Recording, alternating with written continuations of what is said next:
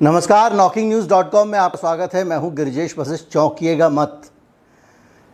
हाल ही में सरकार data protection bill ला रही थी कि आपका जो डाटा है वो सुरक्षित रहना चाहिए और किसी थर्ड पार्टी को डाटा नहीं दिया जाएगा। और ये बिल सुप्रीम कोर्ट के आदेश पर लाया जा रहा था। ये मैंने आपको बताया था। मैंने आपको भी बताया था कि इसके लिए एक बाकायदा कमेटी बनी थी और उसके बाद में उसने सिफारिशें की और सरकार ने एक बिल लाने का फ़ैसला किया। और जो बिल ला रही थी वो भी जनता के ख़िलाफ़ ला रही थी, क्योंकि उसमें जो चौधरी साहब हैं, उसके जो अध्यक्ष थे जेपीसी के, जो बिल को आने से पहले रिव्यू कर रही थी, उन चौधरी साहब का कहना था कि इस बिल का जो मकसद होगा वो लोगों की प्राइवेसी की सुरक्षा करने से ज़्यादा नेशनल इंटरेस्ट होगा, राष्ट्रीय हित होगा। यानी कि आपकी प्राइवेसी जाए भाड़ में, सरकार को जो ठीक लगेगा, जो सरकार के हित में होगा वो किया जाएगा। नेशनल इंटरेस्ट एक सभ्य भाषा है, उसका मतलब ज़्यादातर यही होता है, सरकार का इंटरेस्ट। अब सरकार आपका डाटा बेचने जा रही है, क्योंकि उसने 2 दिन पहले ही इस बिल को स्थगित कर दिया है। अब ये बिल वापस लिया जाएगा लोकसभा में, पूरी प्रक्रिया होगी जैसी पेश करने की होती है। और उस बीच में सरकार ने डाटा आपका और मेरा बेचने का फैसला किया है। क्या हो रहा है, कैसे हो रहा है, इसका फ़र्क क्या पड़ेगा? कहीं मत जाइए, चैनल को सब्सक्राइब कर लीजिए। मैं अभी हाजिर होता हूं। अगर आप इस चैनल को सपोर्ट करना चाहते हैं तो हमारा यूपीआई आईडी डिस्क्रिप्शन में है, उसके ज़रिए भुगतान कर सकते हैं। क्यूआर कोड भी स्क्रीन पर दिखाई देगा और एक थैंक्स बटन भी है, उसका भी इस्तेमाल कर सकते हैं। मैं अभी हाजिर हुआ।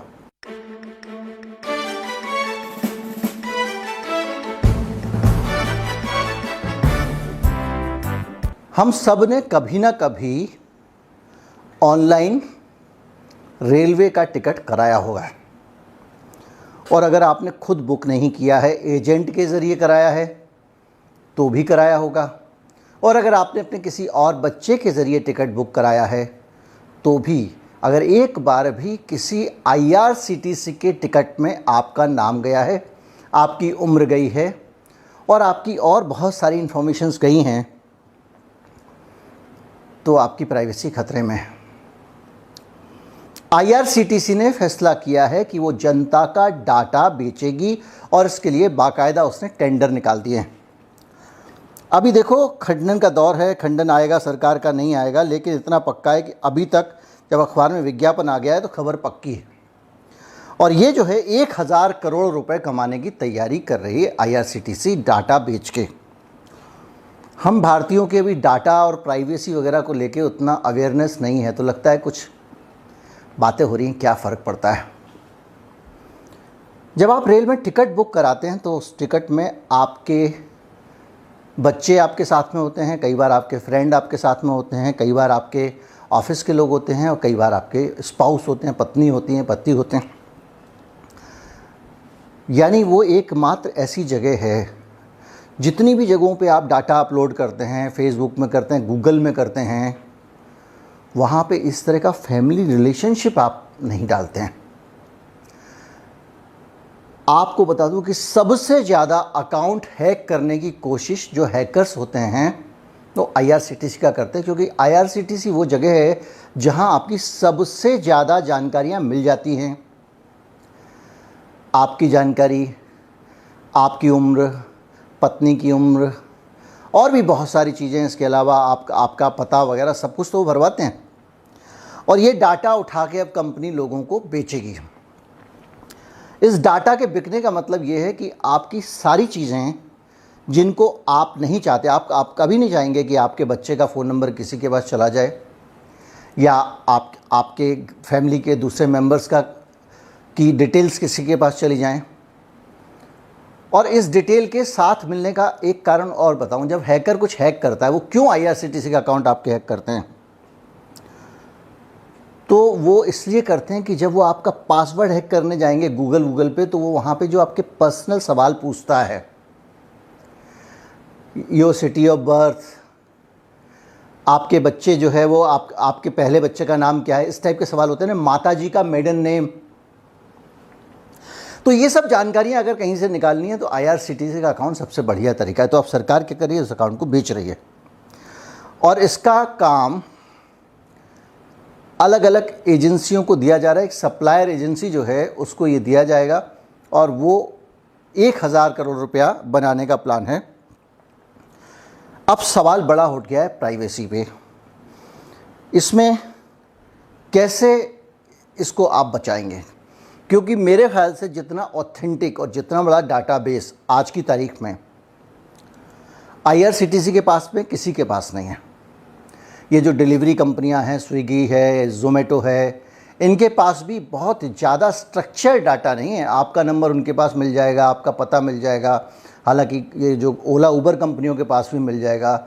लेकिन सरकार को या किसी भी व्यक्ति को अगर आपसे कुछ काम लेना है और आप नहीं कर रहे हैं तो किसको उठाना, ये IRCTC ही बताता है। क्योंकि IRCTC के डाटा में ये सारी जानकारियाँ मिल जाती हैं। अब आप सोचिए कि कितना बड़ा डाटाबेस है। मैंने आपको बताया था चाइना का केस, कि वहाँ QD कैब जो होती है चाइना में, उसके किस तरह से कोरोना के टाइम पे सरकार को अपने नागरिकों का डाटाबेस चाहिए था इकट्ठा। तो उसने QD कैब कंपनी को कहा, QD कैब कंपनी ने उनको डाटाबेस दे दिया। तो सरकार भी भौचक्की रही कि इतना सारा डाटा इनके पास, जनता का, हमारे देश के नागरिकों का डाटा। और जब QD कैब ने जैसे ही अपना शेयर निकाला वहाँ न्यूयॉर्क स्टॉक एक्सचेंज में, तुरंत एक्शन लिया चीन की सरकार ने और झट से उस कंपनी को क्रैश कर दिया। क्योंकि सारी पावर उस कंपनी के पास इस तरह की थी कि अगर विदेशी जो उसमें इन्वेस्ट करते तो उससे चाइना की नेशनल थ्रेड को खतरा हो सकता था। चाइना अपने डाटा को लेकर बहुत सेंसिटिव है और हमारा डाटा बिकाऊ है। 8 करोड़ लोगों का डाटा है IRCTC के पास में, 8 करोड़। 1000 करोड़ रुपए में वो 8 करोड़ यूज़र डाटा बेच रही है। एक अकेली हिंदुस्तान में ऐसी कंपनी है जो रेलवे के टिकट बनाने का एक्सक्लूसिव राइट रखती है। एक ऐसी अकेली कंपनी है जिसके पास में कैटरिंग का एक्सक्लूसिव, यानी आपकी फूड हैबिट्स भी IRCTC को पता है।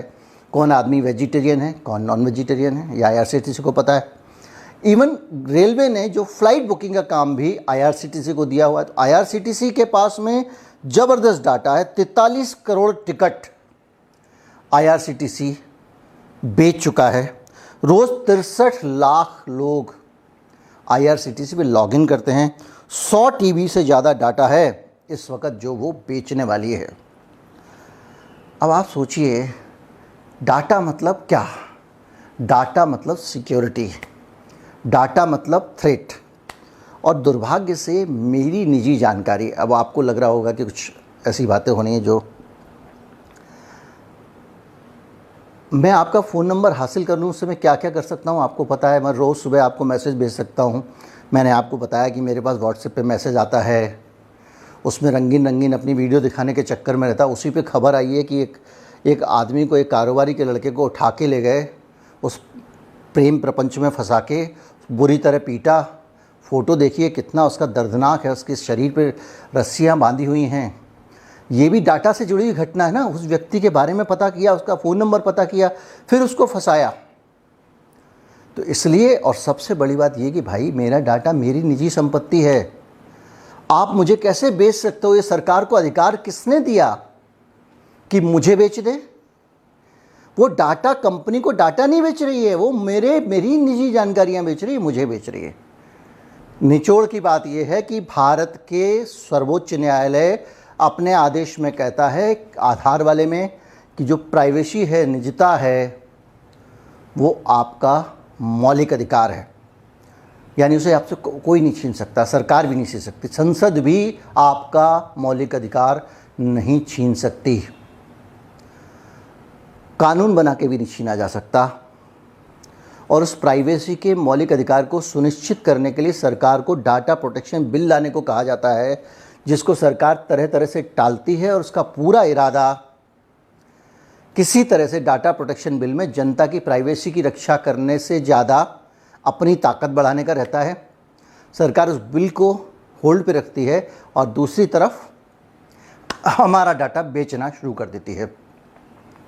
इसी तरह कई राज्यों में ये जो चुनाव का जो वोटर आई कार्ड है उसके साथ आधार जोड़ने का जो काम चल रहा है, उसमें भी ज़बरदस्ती की कई जगहों से खबरें आ रही हैं। धीरे धीरे करके ये हमें एक अजीब तरह की गुलामी की ओर धकेला जा रहा है, जो बेहद ख़तरनाक हो सकती है। मेरे कई वीडियो हैं कि डाटा की थेफ्ट, डाटा लीक हो जाने से आप कहां कहां जाकर किस किस स्थितियों में मजबूर किए जा सकते हैं, फंसाए जा सकते हैं, रोका जा सकता है और आपको जैसे चाहे इस्तेमाल किया जा सकता है, क्योंकि वो आपको जान रहे हैं, आपकी आदतें जान रहे हैं। वो लोग जान रहे हैं जो पूंजीपति हैं, वो लोग जान रहे हैं कि आपकी आदतों को कैसे इस्तेमाल करके पैसा बनाया जाए। और हमारी आदतों को सुरक्षित रखना सरकार का काम है, हमारे परिवार को सुरक्षित रखना सरकार का काम है, परिवार की सूचना सुरक्षित रखना सरकार का काम है, और वो ही बेच रही है। उम्मीद करता हूँ वीडियो आपको अच्छा लगा होगा। अच्छा लगा हो तो ज़्यादा से ज़्यादा लोगों तक पहुँचाएँ। चैनल को सब्सक्राइब कर लें। नमस्कार, जय हिंद।